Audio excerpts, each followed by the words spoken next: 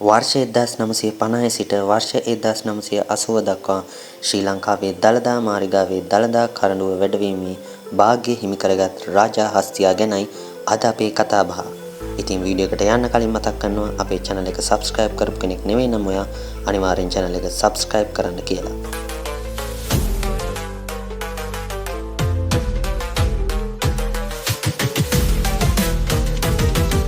වර්ෂ 1913 දී පමණ මඩකලපුව දිස්ත්‍රික්කයේ එරාවුන් නම් වරාන්තරයේ මෙම හස්ති රාජයා උපත ලබා ඇති බව සඳහන් වෙනවා.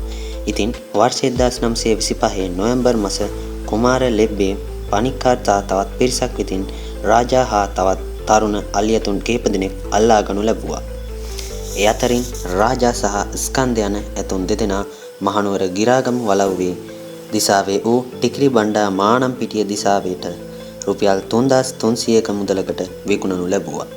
වර්ෂ 1925 දී බ්‍රිතාන්‍යයෙන් ලබාගත් අලියතුන් ළඟ තබා ගැනීමට හැකි බලපත්‍රයත් සමග දුම්රියෙන් හා පාගමනින් මෙම තරුණ ඇතුන් දෙදෙනා ගිරාගම වලව්ව වෙත රැගෙනු ලබනවා. වයස අවුරුදු 25 දී පමණ නිසි චාරිත්‍රානුකූලව මෙම අලියතුන් දෙදෙනා දළදා මාලිගාවට පූජා කිරීමට මහනුවර ගිරාගම වලව්වේ දිසාවේ වූ ටිකිරි බණ්ඩාර මානම්පිටිය දිසාවේ මහතා කටයුතු කරනවා.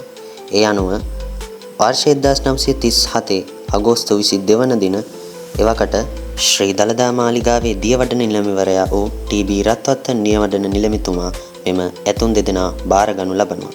ඒ අනුව වර්ෂ 1937 සිට වර්ෂ 1988 දක්වා රාජා හස්තියා ශ්‍රී දළදා පෙරහැරට සම්බන්ධ වෙනවා. ඉතා දුර්ලභ ගණේජවන්ත හස්තීන්ට ඇති අති දුර්ලභ ගජ ලක්ෂණ රාජා සතුව තිබෙන බව ටී.බී. රත්වත්ත දියවඩන නිලමේතුමා නිරීක්ෂණය කරනවා. ඒ අනුව වර්ෂ 1950 සිට අති උතුම් ශ්‍රී දළදා කරඬුව වැඩමීමේ ඉතා දුර්ලභ වාග්ය මේ රාජා හස්තියාට හිමි වෙනවා. රාජා හස්තියා දළදා කරඬුව පාවඩ මතම වැඩම වූ අතර කරඬුව පිටේ තබා බැඳීමෙන් පසුව ඉතා සංසුන් ආකාරයෙන් ගමනේ තේජවන්ත ලෙස යාම ඔහුගේ සිරිත බවට පත් වී තිබුණා. මෙවන් ගති ලක්ෂණ හේතු කොටගෙන වර්ෂ 1960 පමණ සිට ශ්‍රී දළදා මාලිගාවේ ප්‍රධාන හස්ති රාජයා බවට පත්වීමේ වාග්යද මේ රාජා හස්තියාට හිමි වුණා. රාජාට දේශීය මෙන්ම විදේශීය බැතිමතුන්ද නොමද ආදරයක් ලැබුණු අතර තිරිසන් සතකු නමුත් රාජාව වන්දනාමාන කරන මිනිසුන්ද එකල බහුලව දක්නට ලැබුණා. මේ සියලු කරුණු හේතු කොට ගනිමින් වර්ෂ 1986 දී පමණ එවකට ශ්‍රී ලංකාවේ රජයේ ජනාධිපතිවරයා වූ ජේ.ආර්. ජයවර්ධන මහතා විසින් රාජා හස්තියා ජාතික වස්තුවක් ලෙස නම් කරනු ලැබුවා. වර්ෂ 1950 සිට වර්ෂ 1987 දක්වා දළදා පෙරහැරේ නොකඩවා සහභාගී වූ රාජා හස්තියාට වර්ෂ 1988 දළදා පෙරහැරට සහභාගී වීමට හැකියාවක් තිබුණේ නැහැ. ඒ ඔහුගේ අසනීප තත්ත්වයක් මත. මේ හේයින් දළදා පෙරහැරට දින 8ක් ඉරියදී කරඬුව වැඩවීම සඳහා සබරගමු සමන් දේවාලයේ හස්ති රාජයා රැගෙනු ලැබුවා. නමුත් ඉන් පසු දින සිදුවේ ඉතා අවාසනාවන්ත සිද්ධියක්. එනම් වර්ෂ 1988 ජූලි 16 වන දින උදැසන 10:20ට පමණ හෘදයාබාධයක් හේතුවෙන් මේ රටක් ලොවක් ආදරය කර තේජවන්ත හස්තියා අප අතරින් සදහටම සමුගනු ලබනවා. ඒ අනුව එවකට ශ්‍රී ලංකා රජයේ ජනාධිපති ජේ.ආර්. ජයවර්ධන මහතා ඇතුළු රජය එදින ශෝක දිනයක් බවටද ප්‍රකාශයට පත් කරනු ලබන අතර ශ්‍රී ලංකාවේ තිරිසන් සතකු වෙනුවෙන් ශෝක දිනයක් ප්‍රකාශ කළ ප්‍රථම අවස්ථාවද මේ ලෙස සැලකෙනවා.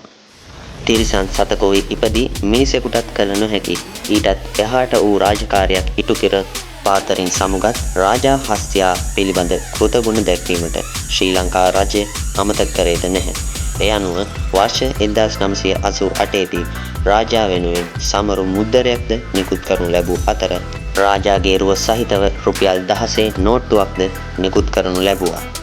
එපමණක් නොව රාජාගේ දල යුගලේ හා රාජාගේ ඉදිරිපස කොටසත් රාජා ජීවත් වී සිටියේදී භාවිතා කළ බඩු භාණ්ඩ ආදියක් තබා රාජාගේ රුවට සමාන අනුරුවත් ඔහුට ගෞරවයක් සහ ඔහු කළ සේවයේ ඇගීමක් ලෙස නිර්මාණය අතර එය මේ වන විට දළදා මාලිගාවේ ප්‍රදර්ශනයට තබා තිබෙනවා අපට දැක බලා ගන්න පුළුවන්. ඉතින් අඩ සියවසක් තිස්සේ තිරිසන් සතකුයි ඉපදී මිනිසෙකුටත් එහා රාජකාරියක් ශ්‍රී ලංකාවේ බුද්ධ ශාසනය සහ ශ්‍රී දළදා වහන්සේ වෙනුවෙන් ඉටු කළ රාජා හස්තියා වෙත. අප කළ පිනක් වේ සියලු පින් අනුමෝදන් වේවායි අපි එක සිතින් ප්‍රාර්ථනා කරමු.